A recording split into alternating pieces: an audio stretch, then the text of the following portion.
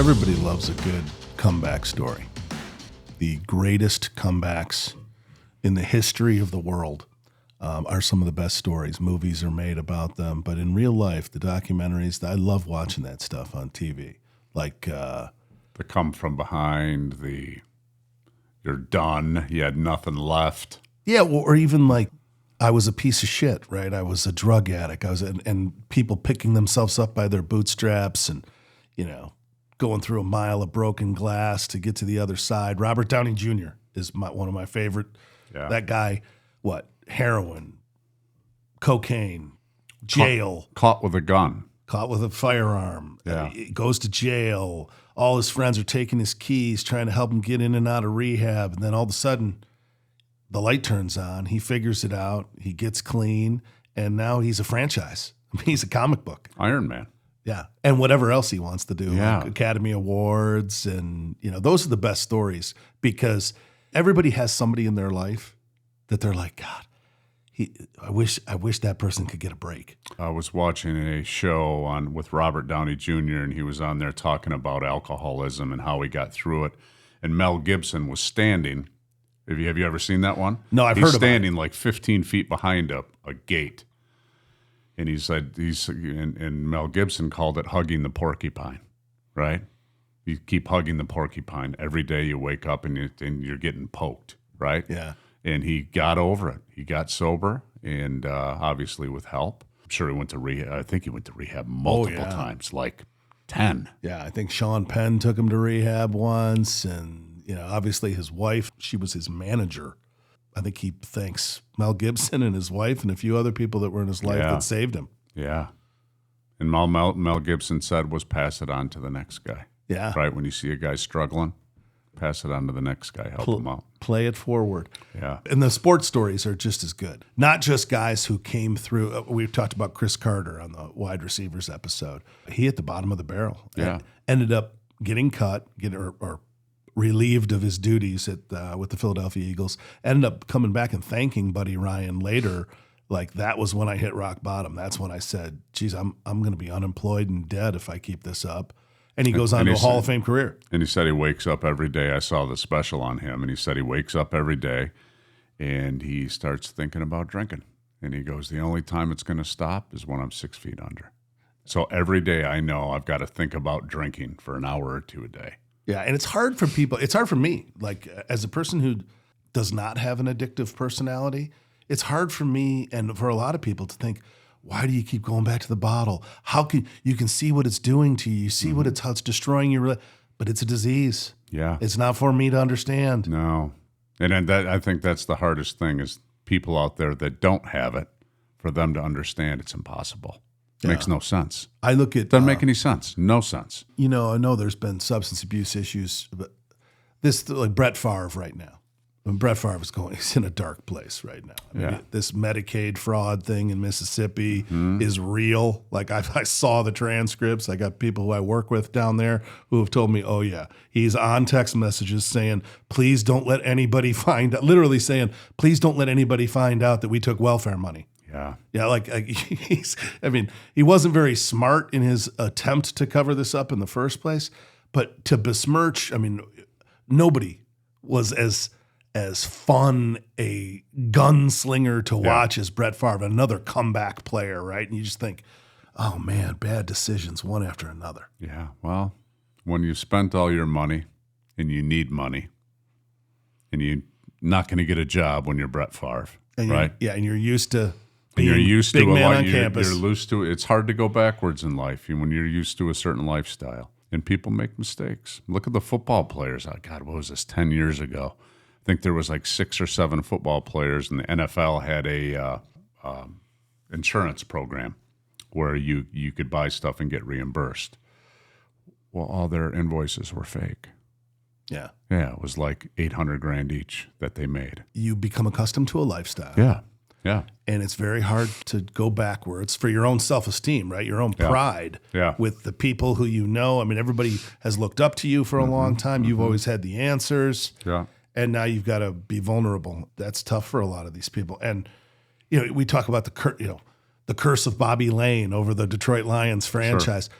big part of why Bobby Lane was sent back into the Pittsburgh Steelers was because his lifestyle was nutty. I mean, you talk to the old timers who we talked about, Yale Larry and some of these guys who played with Bobby Lane. They all drank and partied. Oh, but Bobby was doing it at halftime. He was taking shots of, I mean. You've seen Joe Namath. You've seen Joe Namath talk about it. Kenny Stabler, that Snake. Yeah. These guys were drinking. Halftime, at the game, during the game. Had ashtrays in their locker room. Oh, yeah. They all smoked cigarettes. Drinking in motor vehicles while driving motor vehicles. And they asked him about diet, and he goes, we didn't know nothing about diet. Yeah. I mean, you do now, 50 years, 60 years later, but they didn't care about diet. They're eating cheeseburger, they're eating whatever they could. And they're working in the offseason at a bank. A lot of the Lions worked for, what bank was it? Hosts at car dealership car promos. dealerships, a lot of car dealerships and a lot of banks the ex-Lions used to work at. Yeah, well, I mean, Joe Louis ended up being a host at Caesar's Palace. He was a casino host at the end of his life. Is that true? That's true. That's true. Wow. Going back to that Bobby Lane thing, we obviously Jeff Daniels and Peyton Manning tried to dismiss the curse of Bobby Lane. He was unceremoniously traded and mythologically said the Lions will never win again for doing this to me, blah, blah, blah. And of course they haven't won. Yeah. They've been the most pathetic franchise for over 50, 60-year period. And now all of a sudden the rebirth and all that is being shed. But what we're experiencing is one of the greatest comeback stories. So if the comeback is the theme of GOATQuest this afternoon, we are in the midst of one, right? You've got a football team that was 3-13-1 when Dan Campbell took over in his first season, turns it around to a winning team with an epic come-from-behind victory to take Aaron Rodgers out in his last game as a Green Bay Packer to finish that season 9-8 and knock the Packers out of playoff contention. And then last season, right at the porch. Seems like we've taken the good teams can win at any time and any day to a whole nother level with the Lions, though. Jared Goff didn't throw for 100 yards. Yeah, in one of the recent victories. Was still almost perfect in completion percentage. Yeah, no, it's amazing what they're doing. It's a unique set of skills they have, too, with Amon-Ra St. Brown and our running backs and our offensive line that's unbelievable. Just watch them. I mean, the tackles are really good, too, but the center, Ragnow, so good. I remember. Did they start out 1-6, 2-6? That 1-6, 1-6, yeah, and then turned it around to go 9-8. What, 2 years ago? Yeah. So that's the turning point, right? In the middle of that run, I remember saying, even when they were 1-6, they were really competitive in those games. Yeah. You could still see it coming. Like I remember somebody saying, "Oh, here we go again, the Lions. Yeah, this was supposed to be the year where we improved. We got one win." And I can remember saying, this is different. This team has a different look. They've got a different fight in the fourth quarter. And then when he turned it around and actually made that a reality, people almost instantly believed. What is that about Dan Campbell that makes people almost instantly believe, even when the proof isn't all completely there? There's a gravitational pull to leaders that, in my opinion, are bleeding for their conclusion. There's something about that going on fourth down, too. Like, yeah, even now, like, we're good. Okay, we're good. We're going on fourth down. Yeah. Dude, I've done the numbers. The announcers just start laughing. I've done the numbers. I don't care. I go on fourth down. If it's really more than 5, but if it's 4th and 5 or less, they're going. Yeah, they have no. They're not punting. They're not sending out the kicking team. It's like a good gambler who plays a system. Yeah. He plays a system. Yeah. And he is not diverting from that system under any circumstances. Well, with that offensive line that we've got to 5 yards is nothing. I shouldn't say it's nothing. Not too many teams in the NFL can run when they want to. Name a couple. No. I can name Detroit. Baltimore. Detroit and Baltimore. Who else can run when they want to? Most can't. Thus, my pick for the Super Bowl is Detroit and Baltimore. I mean, if you can control the line of scrimmage, you're going to be in every game. Yep. We saw it with the Kansas City Chiefs again. Kansas City Chiefs, I mean, let's call it is what it is. This is an epic run of GOAT level performance. After 3 Super Bowls. How many receivers have they had? 10? Yeah, they just recycled the plumbers and mechanics at the wideout position. They've had 3 different running backs. I mean, all of a sudden Kareem Hunt is a star again. Yeah. And Mahomes is not spectacular, except for being spectacular at having enough points at the end of the game to beat the other team. Yeah, they didn't cover last game. I wonder how many games they've covered. It's not many. Oh yeah, it's not many. They have covered, but not a lot. But none of these teams in the NFL cover. It's exactly what the NFL wants, to have everybody biting their nails. How often is somebody? The Lions were against Green Bay. They were 2-3 touchdowns ahead. But even at the end of the game, they were getting close to covering. Here's what's different about it for me.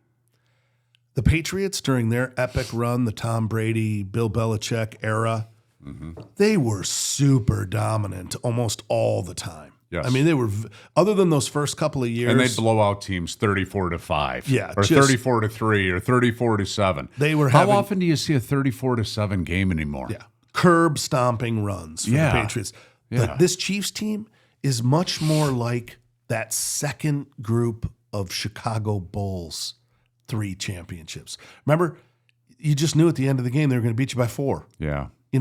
It didn't matter. The games were nip and tuck. The league was a little bit better, was getting better. Let's not get into the refereeing. Well, sure, you could play Jordan rules all day long. Jordan rules. And there's Mahomes rules. Did you see that last game? Yeah, the Mahomes rules. But there's something to be said about Spagnuolo on the defensive side, Andy Reid on the offensive side, Patrick Mahomes under center, Chris Jones and McDuffie and Karlaftis on the they've just got a bunch of gamers who have it dialed up so tightly that they know just how much they got to move that dial in the fourth quarter to beat you. Did you think for a moment that when Baker Mayfield tied that game that they weren't going to either beat him in regulation or beat him in overtime? No. They were going to win that game. They were going to win that game. I hate NFL overtime, and I've been very clear that in no other sport, in the extra time, right, the overtime, when a game is tied and you have to have a final decision, in no other game does only one team get a chance to do it. There's no other sport. So you mean if they score a touchdown? If they score a touchdown. Yeah. The other team should get a chance to score a touchdown. Yeah. Like every other sport in the world, in the history of the world, when you don't end in a tie, both teams have the same opportunity to score. Well, I think most teams cut you off in the third quarter on beer. So they have no incentive. They have no incentive. They're not selling any more liquor. I don't want to hear that. I don't want to hear that's that. That's the truth. I don't want to hear that's that the probably stadium, the truth. The stadium's making no more money by I know. Well, let's crack them. Let's bring it up. We got the Bitburger again. We went full German Premium. Pills. 1, 2, 3. And we're at it again. Yeah, you got it. All right, here we go. Speaking of alcoholics. Yeah. We're public service announcement. We're drinking responsibly. Yes. So the Lions are amidst one of the great comebacks, dismissing the curse of Bobby Lane. I think that's gone with last year. Who are your favorite comebacks, greatest comebacks of all time? Let's stick in the NFL. We'll wander a bit here. But what are your GOAT list of comebacks? I just looked through the list, and it's hard. You remember comebacks last year. It's hard to remember them. But I remember the Detroit-Dallas game in 2011. Detroit was down by 24. They ended up winning 34-30. Calvin Johnson had 3 touchdowns. The Megatron. Just when they were throwing to him and you couldn't stop them. That's one of my main ones. I'm still looking at them as team turnarounds, right? So I do have a few that I love from a single game standpoint or a single season standpoint, like Joe Burrow turning around the Bengals a few years ago. I thought that was an incredible run. But from a program standpoint, the San Francisco 49ers and the Detroit Lions have been weirdly connected over the years, right? Even back to the 50s championships and then the Monty Clark, Eddie Murray missing the field goal in 82 or 83. And then what I see Dan Campbell doing is almost the roadmap of Bill Walsh, right? Bill Walsh, who came from the Paul Brown Cincinnati Bengals era and then turned around and beat them in the 81 Super Bowl, coached with Paul Brown, coached with John Madden, came in with that West Coast offense, spread the field, make you defend, 100 yards worth of grass, right, for the first time in the NFL, tiring out defenses the way that the Lions are just tiring. I mean, Ben Johnson is making you defend every blade of grass, right? And he's got the run game and the pass game and the dink and dunk and the bomb. And that is what the 49ers did. So that 49ers turnaround, 1979, Bill Walsh gets the job. He comes in, they're a 2-win football team. Dan Campbell took over a 3-win football team. The next year, Bill Walsh only got him to 6-10, but halfway through that season, he brought in a kid named Joe Montana. And Joe Montana led a 28-point comeback against the Saints during that season that kind of turned the thing around, and people said, okay, this guy can do anything. This kid from Notre Dame is going to be the future. And then, of course, in 1981, they go on the 14-win run. For the next 18 years, the San Francisco 49ers did not win less than 10 games. Wow. Then they had Steve Young. I mean, I think the most important part of a team is what Brad Holmes is doing. It's player personnel. Yeah. Well, Bill Walsh was the general manager as well as the head coach. I gotcha. And I know that you're into coaching, and you know that I'm not. Because if you don't have the Jimmies and the Joes, it doesn't matter. To your point, 2 wins in San Francisco in 1979, 6 wins in 1980 with Steve DeBerg. Once Joe Montana takes the helm, it's a different story. Well, look at the Lions. I mean, just look at the draft picks the last 3 years. Most of them are Pro Bowlers. 75% are Pro Bowlers. Yeah. And we got the best 2 safeties in the league. They're going to make picks. They're going to make good tackles. They're not going to make stupid mistakes like Branch did last game by hitting that guy.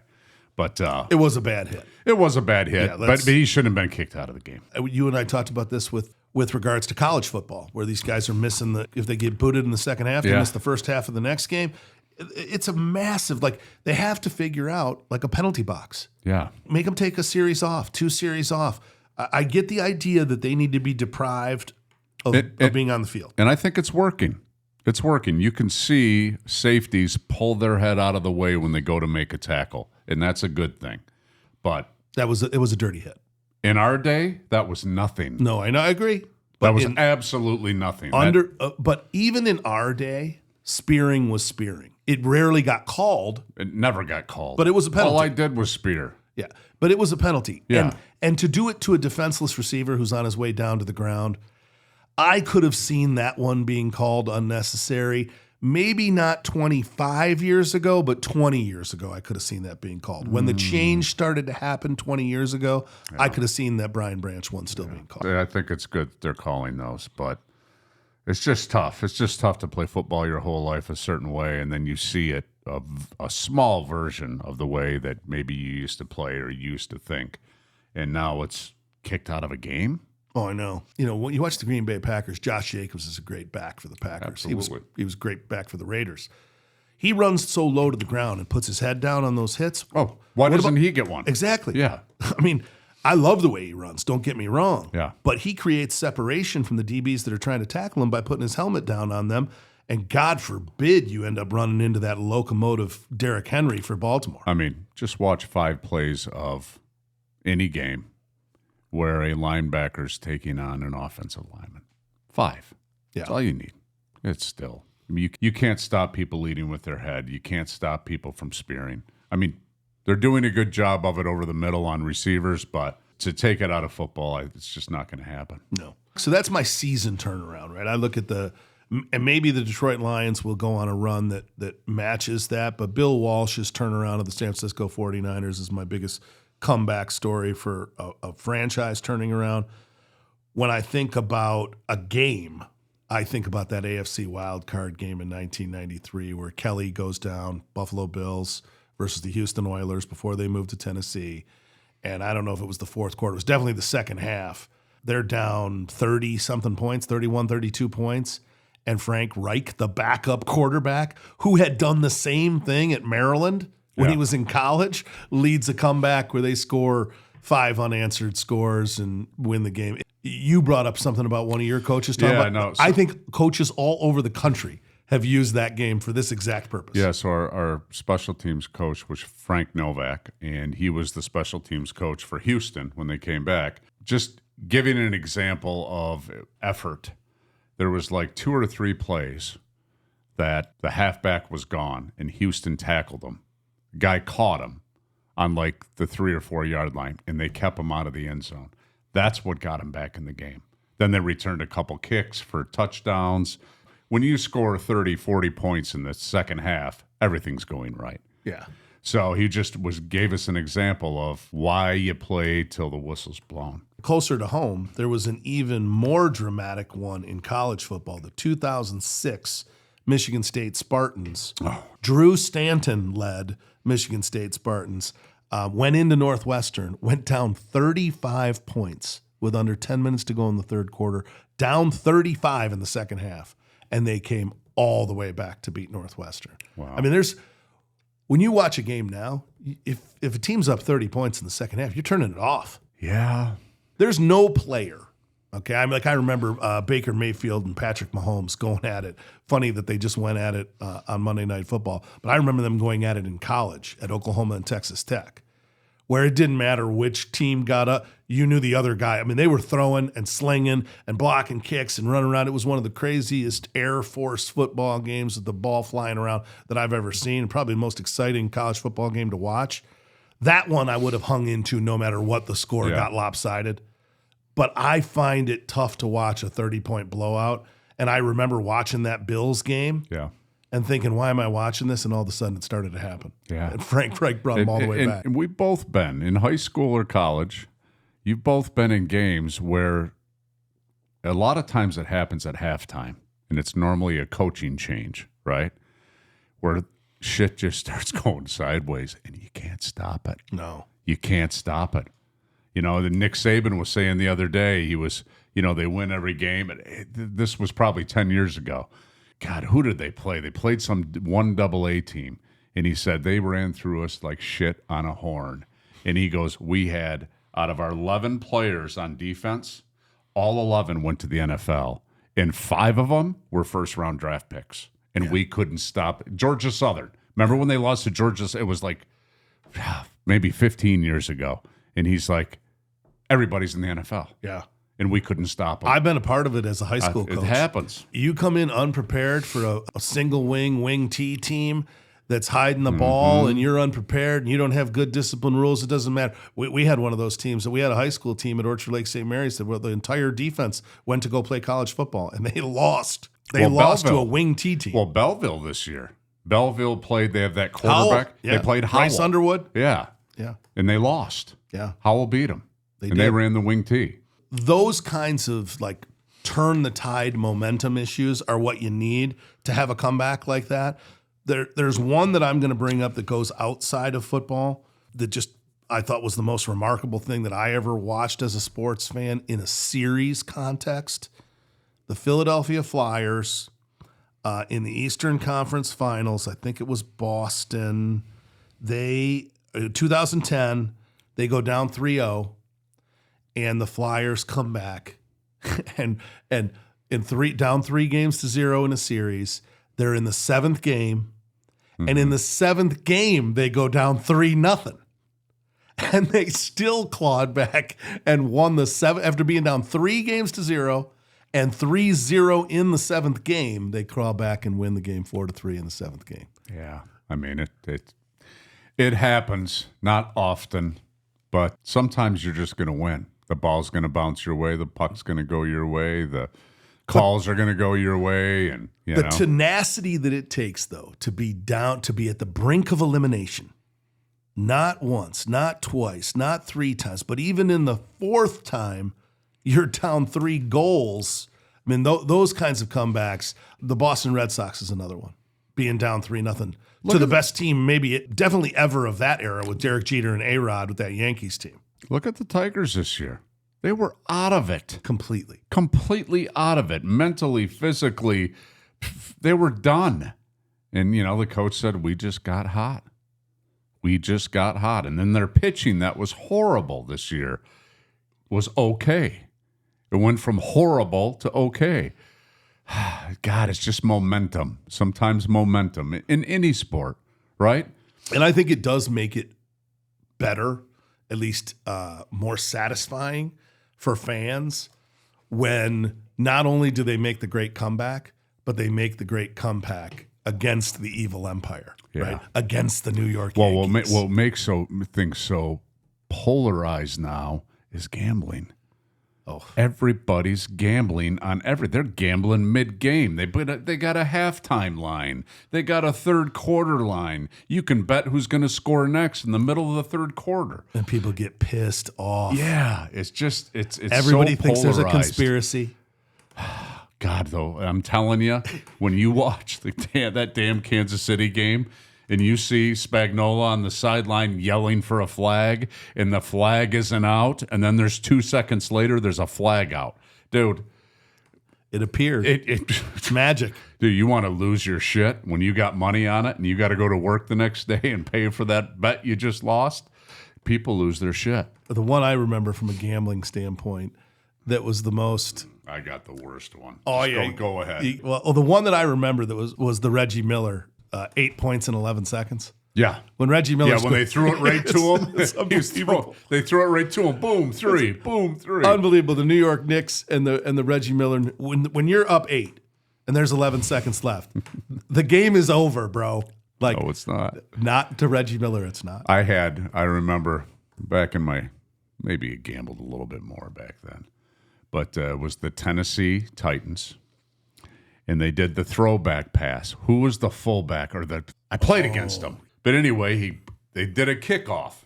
Yeah, I can see his face. And he ran it up. It's Frank something. Big dude, like 6'4", 250. He's a big dude. It was Frank Wycheck. Threw it back, and they went for a touchdown in the last play of the game on a kick return. Yeah. And I lost on that by 1 point. I know. I wanted to kill somebody. There was a Pittsburgh-Jacksonville Monday night game where blocked kick to the house was the only thing that could win for Jacksonville. Like, Pittsburgh's going to kick the field goal to win the game, and they go block kick to the house. And if you're on the winning side of one of those, it's euphoria. One thing I do know, if you're on the winning side, you weren't watching. You were not watching. There's no way you're going to get that lucky to be watching that game and that happened. You had to shut it off or go to another game when you get pissed off. Well, who was telling us about Pete the Greek Katos? And he was in on one of those games, and he just went to bed. He went all in and went to bed and said, "I'm putting it all out there." And it was it was an epic win that was this massive celebration, and he slept through it. You switch the channel. Say, "Fuck this! I'm not watching this anymore. I'm done. I can't watch it. They're going to kick it and cover." And then it gets blocked for a touchdown. The other one in that same ilk was and I don't know if it was a playoff game or not, but it was 2003, Peyton Manning against the defending champion Tampa Bay Buccaneers at the time with John Gruden's team, where there was who was the quarterback back then? For Tampa? Brad Johnson, maybe? Yeah. But he goes, I think they're down 28 points. I think Peyton's Colts erased a 28-point fourth. I think it's the most fourth quarter ever. I think him and Montana, that Saints game that I brought up for Montana, and Peyton Manning for the Colts against the Buccaneers brought him all the way back. Marvin Harrison had like 11 or 12 catches for 180 yards. But that was when I said Marvin Harrison is one of the best receivers that I've ever seen, and this Peyton Manning is going to the Hall of Fame. I mean, there was that game, and that was like one of those moments where I didn't even care as a gambler. Yeah. Right. I was watching something special that was beyond winning or losing a bet. Did you have the other team? I think I did have my God. No, that's so painful. That is so painful when that happens when you're gambling. Well, one of the things, I don't know if you go through this as a gambler. We all go through all this shit. When you're on the ride, sometimes you do take, as long as you didn't take a bad beat. I mean, there's two different kinds of bad beats. There's bad beats where what the other team did was simply nonsensical and illogical. Why would that happen? And that's where the conspiracy theories come in. Like, why would he kick a field goal there to beat the number when he's down by 11? He wasn't going to have a chance, when he's down by 12. What was that game last year? Yeah, there's a bunch of those. The ones that I don't matter, like that Colts Buccaneers game, that one was easier to digest because I said to myself, we were up 28 points in the fourth quarter. I picked the right team. Yeah. Right? They just shit the bed. Right? Like I'm just an unlucky motherfucker. Right. I just got really but I made the right pick. Yeah. I had the team that was up 28-0 in the fourth quarter. Yeah. Somebody got fucked, and it wasn't me. It wasn't me. So give me a couple outside. We've talked a lot about football. I threw a hockey in there. We have the Red Sox, the Cubs, when they were down 3-1, and the Cubs came back to win the World Series. Okay, so with what we've already discussed on the football side of things, let's bring it contemporary. With the teams right now, we've seen some rough starts. We've seen some middling. Yeah, we do. We were just talking about the New Orleans Saints, right? Yeah, 2-0, 40 points a game to 2-7. Yeah, can't find their ass with both hands. Head coach fired, quarterback getting kicked out. Yeah. Everybody hates the Derek Carr now. Yeah. Who do you think can go on a run right now? San Fran. They're hurt. They've got DBs down. They got their running back down. But I'm not exactly sure if he's the answer too. They've got a couple receivers out too. But I love their defense, and I of all the teams that I look at, I love the Dolphins in the AFC East. They're 2-6. I think they've got a decent defense. They got a good quarterback that if he can stay healthy and not get concussions, got a good running back.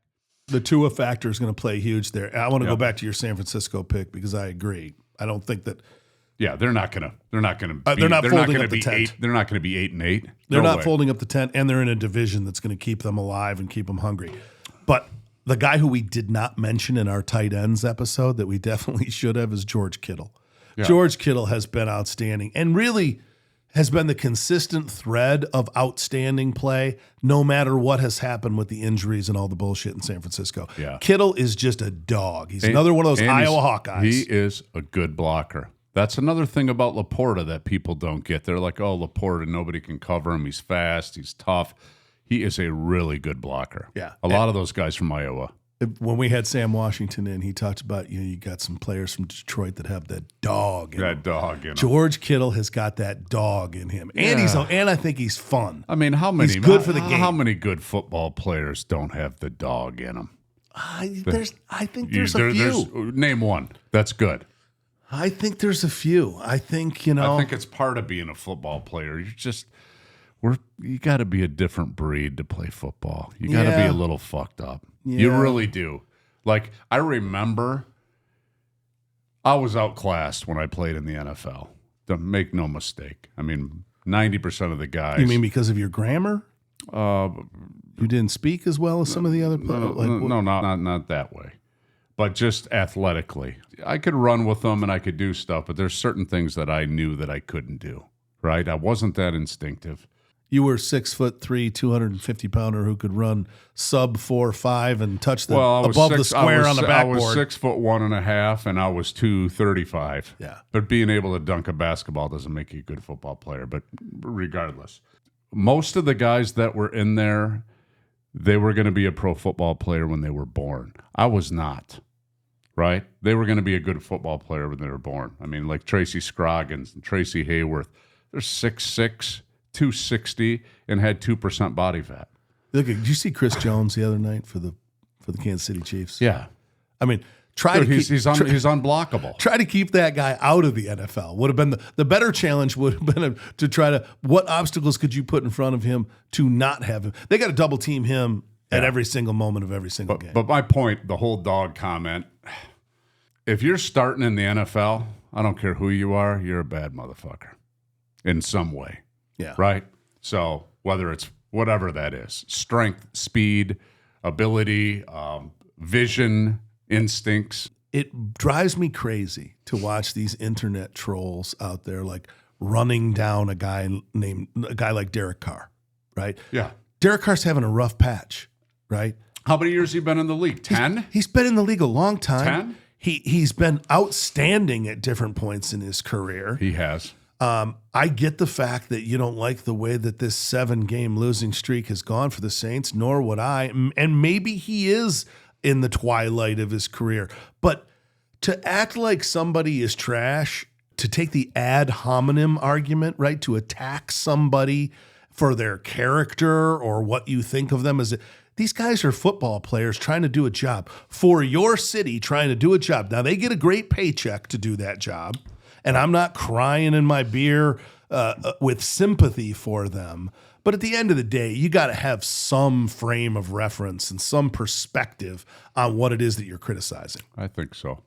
But what do you say about someone that's starting for your team that you bet on every week, that you go to every game, that you pay $500 a ticket, goes out there and throws 4 interceptions, and you get beat by 30 points? Yeah, I understand. People lose their shit. Yeah, and I understand the reactive "you suck." Yeah. Right? Like, I get that. Yeah. I'm not trying to take "you suck" out of the game. I'm trying to take these diatribes of people attacking someone's, all their personal life and trying to bring up a bunch of shit on the Charles Barkley says they're sitting in their basement in their drawers. Exactly. Right? Exactly. And you're sitting in your mom and dad's basement in your drawers. If you got cut from your high school team or your high school team was the best days you ever had in your life, shut the fuck up and move on down the road. Yeah.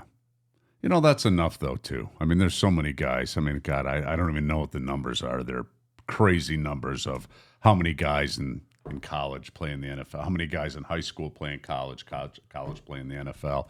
It's such a right place.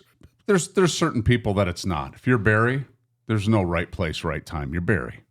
But for most people like me, it's right place, right time, right coaches like you, make a couple plays when you have to. It's a different game. It is a different game. Yeah. And I'm going to move to a different game because I'm going to mention a few more comebacks. I like the Dolphins a lot, though. I think their defense is underrated, and I think Tua back, if he can stay healthy, they're one of my top. They're 2-6.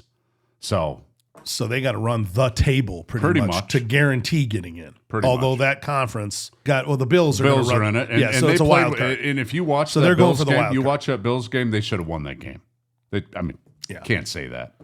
But they had every opportunity to win the game. Back outside of football, one of the most amazing things that I think either of us have ever witnessed in sports is Michael Jordan taking a year off in the middle of his career, going to try to play baseball, and then coming back and winning 3 NBA championships. Yeah. That's a comeback story. I mean, obviously it's been told in The Last Dance, the documentary series that just came out. I thought that was incredibly well done. Well, the thing that he did right is I think he only went out for a year, right? And halfway through the second year. And he kept the nucleus of his team together, most of them. He got a few, like Paxson came in. He got a few new ones. Luke Longley. Yeah, he had some new people come in, but at the end of the day, you're Michael Jordan. I mean, Kukoc was the second time around. Kukoc. I mean, and they had Pippen for all of them. Right, I think Pippen was in everyone. Rodman was in at the end. Rodman was the second time. Horace Grant was the first time. Yeah. They kind of played the same type of role. Yeah. Here's a good question. Would you have liked to be on any team with Jordan? Well, that's where I was going to go with this. When I watched The Last Dance, dude, I thought it was remarkable that he allowed himself to be portrayed like the prick that you have to be a 6-time champion. Yeah, he didn't pull away from any comments. That part of it I loved. Yes. I mean, when he talked about Isaiah Thomas, he's like, guy's a piece of shit. Yeah. Just, I don't give a fuck. He didn't care for him. He didn't care for him. Yeah. Wasn't my cup of tea. Yeah. I don't care if he didn't get in the Olympics or not.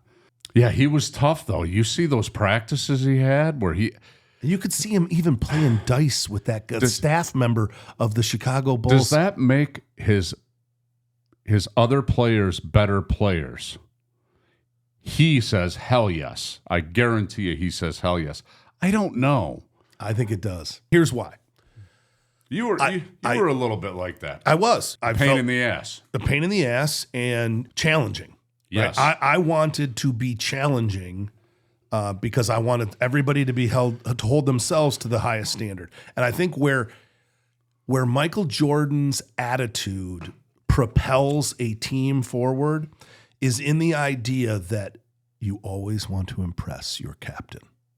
If you're the captain of the team, you set the tone for the team, which means you cannot be easily impressed. Think about the great coaches or the great teachers that you've had in your life. Yeah, do I think they were tough? Do I think leadership matters? Absolutely. They were tough. Is it more important than...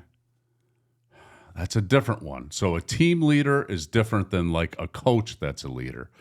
because we had a great coach when we were at Wayne State. His name's Brian Van Gorder. He coached for, another 20 years after we played. Yeah, and was coordinator of the year for the Georgia Bulldogs under Mark Richt. Coach in the NFL. Frank Broyles Award. Yeah, great guy. Tough to play for, though. I got a good, really quick story. So it's our senior year. So I go in, and we've got 2 defensive linemen that are starting, and it's a Thursday. It's a Thursday. We play on Saturdays. Normally Fridays you get to walk through. So I go into him on Thursday. I said, Coach, I'm all for, what we're going to do today. He said, you told me we're going goal line, and we have 2 defensive linemen for the game. Does not hesitate, and he looks at me and he goes, the problem is you. You're accepting of these people or something in your head talking to you, telling you that we don't have to work hard. He goes, all I know how to do is work hard. So anything else that you have to tell me doesn't matter. So I said, okay, Coach. So, I turn around, I humbly walk out of his room, calls a team meeting 5 minutes later and said, one of your captains came in and just told me that we should take it easy today. He goes, buckle your shit up. We're going full pads. We're going goal line right now. He goes, buckle up. Put your mouthpiece in. We're going full pads. You remember that? One-on-ones. No, and we did one-on-ones. He go one-on-ones on a Thursday. Line. We go. It was on a Friday. We did it a day before a game. We went goal line. I'm not saying that that's right. What I'm saying is it sets a tone for a program. We won the game. Yes. We won the game. And we didn't win that many games. Where I'm going with my sentiment is that when someone sets the bar, holds themselves to that standard, and doesn't waver, right? That the wavering is when people get wishy-washy and lose their credibility with their teammates. You ever seen Dan Campbell waver? No, he does not. We talked about it isn't just going for it. His intensity on a day-to-day level is at the same benchmark. Yeah. You're either striving for excellence or somebody else is passing you in their pursuit of excellence. Yeah. And that's the thing. There's always somebody out there working. I tell my son this, someone is in the shadows. They want your fucking job. Yeah. And they will take it if you give them just a little crack of sunlight. Yeah. So you better be driving towards your just desserts or somebody else is going to be eating your pudding. That is so true. That is so true. We used when we'd have camp in the summer in the NFL, 90% of the fights were over reps. So you got your starters at middle linebacker, and then you got your second string, and I was maybe second string my couple of years. And then you got third string, and then you got 5 guys behind you that were all Big Ten at Penn State. They were all Big Ten at Ohio State. And they would cut in front of you and try to get reps because as they always say, eye in the sky don't lie. And if you ain't on the eye in the sky, you make NFL teams in the practice. You make them in the games too. You got to make plays in the games. You make the team in practice because they can see what you can do. They can see how you backpedal. They can see how you move. They can see how you react. They can see all that shit. So games are important, but you make the team in practice. Anyway, guy would cut in front of you. You'd be like, hey, motherfucker, you're not up, right? Fuck you. There's a fight. Yeah. I'd say that's probably 90% of the fights in the NFL over reps in practice, trying to make the team. Once you make the team and you're in the season, that's completely different. They don't even pad up anymore. They don't even do 2-a-days anymore. Yeah. Remember Michael Westbrook, who we both know, and Stephen Davis got in that brutal fight. He whooped Stephen Davis' ass on the sideline in practice. Yeah, that had to be about something else. Yeah, that was a different positions. Yeah. But normally it's position to position where the fights are at. D linemen fighting D linemen or linebackers fighting linebackers. And speaking of Michael Westbrook, since we're on comebacks, the Cordell Stewart bomb against Michigan at Colorado, probably one of the greatest comebacks in history. Is he still around, Detroit? Oh, Westbrook's still around. For a while, he fought mixed martial arts. MMA, yeah. He did MMA. Yeah. And by the way, he was at my bachelor party. You remember going up there? Mm-hmm. Good friend of James Lee's. Where were you at? Where was that? In Houghton Lake? Yeah. Oh, my God. Yeah, we took the whole crew up there. Oh, my God. But Westbrook's debacle.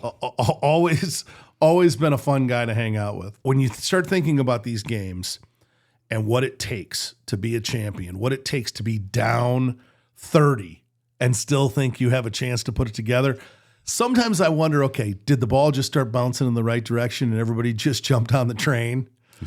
I think most of the time that's probably it. Yeah, you can't be down 30 thinking I'm definitely going to. No, I mean, here we come. You need their quarterback to throw a perfect pass, hits the guy right here, pops out right into your guy, and he runs for a touchdown. That starts it. Yeah. That starts it. That stupid shit that should have never happened normally starts it. Yeah. I said I was going to bring up some ones that go way off because I did some research on these comebacks.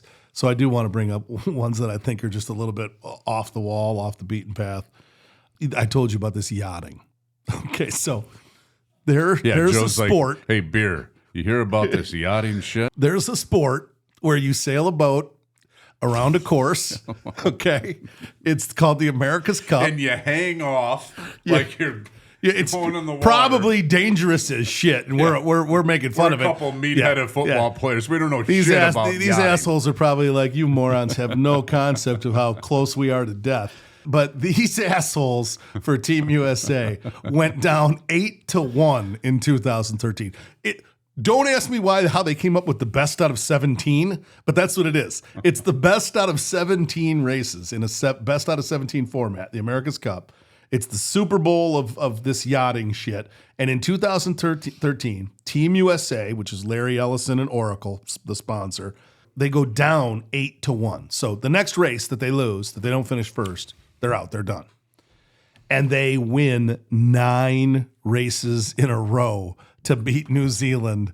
Like, when you're down 8-1, you have to just think, okay, I'm just out sailing. Hopefully we get a win this one.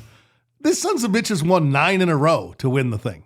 Like, you have to be thinking to yourself, there's no series of events in sports where you have to win 9 in a row at anything. It's 4. Is that really a sport? I think it's probably more active than golf.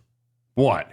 The shit that they have to do, the strength that they have to have. No. Fuck no. They're hanging off the goddamn boat. They got ropes on them and shit. What are they going to do? They're going to fall in the water and get wet? You don't think it takes more physical strength for these guys to be pulling the goddamn, what is it? Yeah, they got winches and shit. They're not pulling nothing. They got winches. They got 4 winches. There's no robots on this thing, asshole. These are human beings are pulling those things around. If you're asking me to compare boat racing to fucking golf, no. Come on. Well, I'll give you a golf one too, because it's both the biggest choke in the history and the biggest comeback in the history. Paul Lowry, you remember this one? He's U.S. Open, Buddy Gilly, British Open, 1999. You remember the guy? You remember the Frenchman? Yeah, the guy that hit it in the shit on yeah. Vandervelde. Yeah, Vandervelde. Yeah. Vandervelde is up by 10 strokes, okay? And Jean Vandervelde gives up the goose, hits it in the shit, hits it in the river, then tries to hit it out of the fucking river. He triple bogues. Yeah. He triple bogues to go into a playoff and lose the claret jug to Paul Lowry in the British Open in 19. So it's the biggest choke of all time. And Lowry gets the biggest comeback of all time. After playing football, I've got into golf for like the last 16 years. I suck, but I've got a good handicap and I can play with most people. Even if you're a scratch golfer, I can play with you because I got a shitty handicap. I'll keep on this point for one more chapter of this before we have to close it out. I've seen 2 great comebacks in golf from a career standpoint. That crazy run that Jack Nicholson went on to win his last green jacket, and then the Tiger Woods coming back out of nowhere after 8 years? Winning the Masters, yeah. Those great comebacks are like career type comebacks. Can you think of another one that brings it closer to home where, I know we had these guys who went off to World War II, like Ted Williams, and he comes back and he damn near hits 400 and Boston Red Sox win the World Series, or Yale Larry goes off to the Korean War, comes back, wins the Super Bowl with the Lions. Current one is, Joe Flacco. Look, he was out of football. Now he's coming in throwing dimes, and he's played pretty good. Doug Flutie coming. Doug Flutie going coming to the out of CFL. Canada and coming back. Yeah. Warren Moon went to Canada and came back for a Hall of Fame career. The Flacco story that kills me. Have you heard him talk about his kids?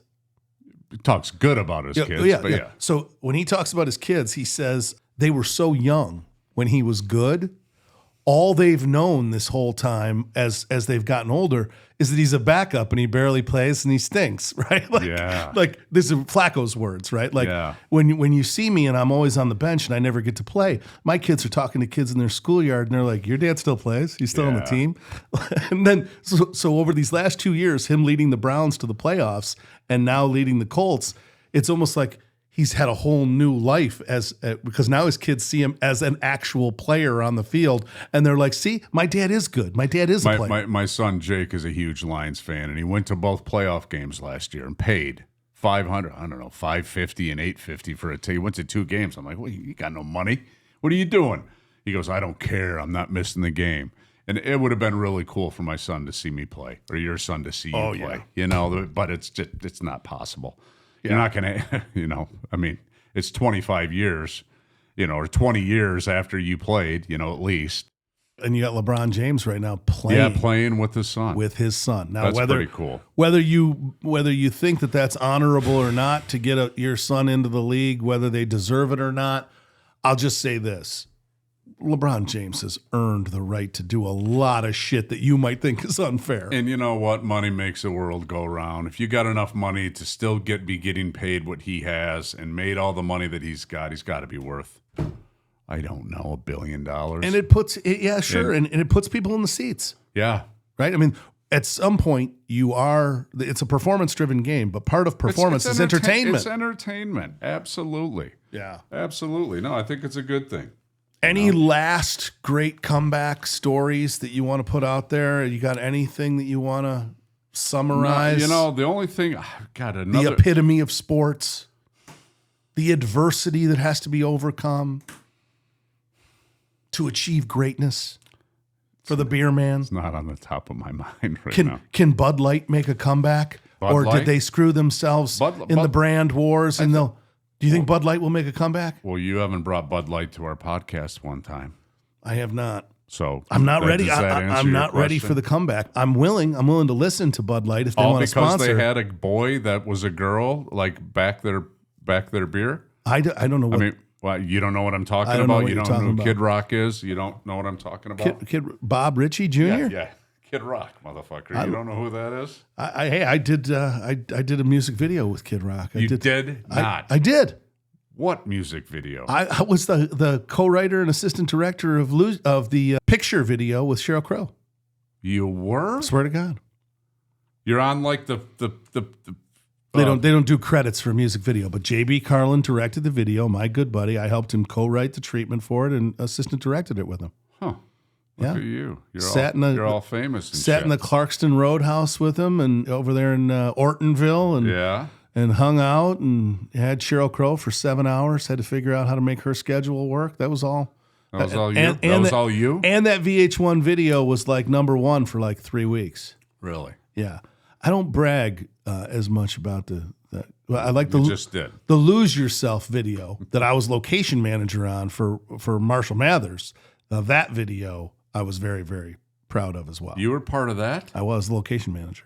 No kidding. Yeah. Boy. Hey, when you got it, you got it. It's another world. Yeah. It's another world. Yeah. And we will bring you back to another world in another episode. All right. So you can find us on Spotify, on Apple, on Podbean, of course on YouTube if you actually want to see this Facebook monstrosity. Yes. Follow us, send us your love, and give us some feedback. Come on the website, GOATQUEST.com. Tell us how it went. We're out there on all the socials, and we want to engage. So tell us what topics you want us to cover. We're always covering something that is the greatest of all time. Thank you for joining us on GOATQUEST.